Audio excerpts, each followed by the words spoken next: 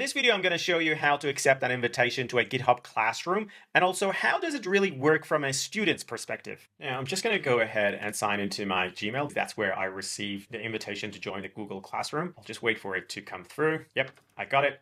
And I'm just going to click on the link that the instructor would have sent to me. So this is the link. I'll click on that. Okay. Now I need to sign in with my credentials. So I created a username wavelet2 and I'll just punch in my password. When I sign in, it says GitHub Classroom by GitHub would like permission to my email address and my plan. Yep, I'm just going to authorize it, and this is what you will have to do. And then I can see the invitation that I have been asked to join this course. I should be able to find my classmates, but the most important is that I need to find my own email, and that's my email. I'll click on that. So if you're not the other person, please do not click on it. Find your own email and click on that email. That's what I've done right now. And it says accept the assignment, but this is not literally an assignment. Your course materials can be coming under the name of an assignment. The whole repository can be called an assignment. So it says once you accept this assignment, you will be granted access to the course material wavelet 2. And you can see that that repository has been edited to match my username.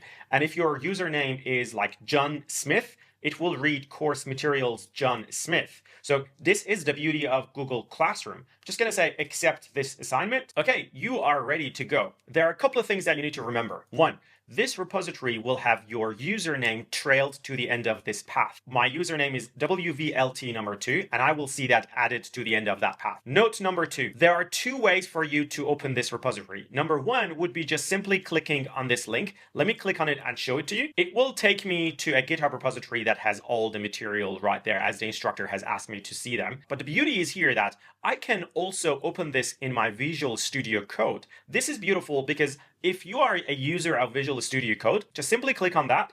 It will ask you if you allow that to open in Visual Studio Code, and you will see the course material exactly as you would see it in the course repository. I can see week 0, week 1, week 2, and everything is really nicely deposited here. If I show you what it looks like on the GitHub, it's exactly the same. I can click on week 0, and it has got homework, notebooks, resources, and slides. And if I bring up my Visual Studio Code, you will see that week 0 has got homework, notebooks, resources, and slides. This is pretty cool.